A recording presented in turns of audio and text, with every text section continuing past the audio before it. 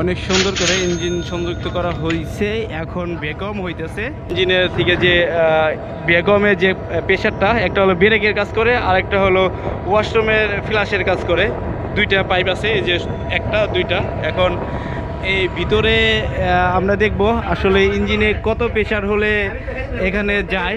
এই যে দেখেন এখানে 3-এর মতন প্রেশার হয়েছে। ভাই এটা কত প্রেশার হবে?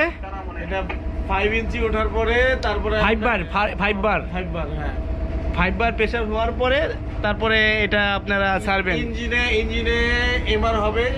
হ্যাঁ, এমআর ফুল না হওয়া পর্যন্ত ছাড়া যাবে না। ইঞ্জিনে মানে 8 সামথিং হওয়ার পরে এলএম সামনে সাধারণত যায়, আচ্ছা। কম হলে যায় না এমআর।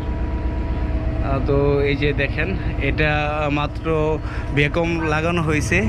তো বেকম উঠতে কিছুটা সময় লাগে, 10-15 মিনিটের মতন। তো এখানে এই 10-15 মিনিট আমরা এখন অপেক্ষা করব ইঞ্জিন বেকম হওয়া আগ পর্যন্ত। তারপরেই কিন্তু কন্ট্রোল থেকে সিগন্যাল দেওয়া হবে পরিপূর্ণ বেকম হওয়ার পর। তারপর কমলাপুর রেল স্টেশন থেকে ট্রেনটি ছেড়ে যাবে।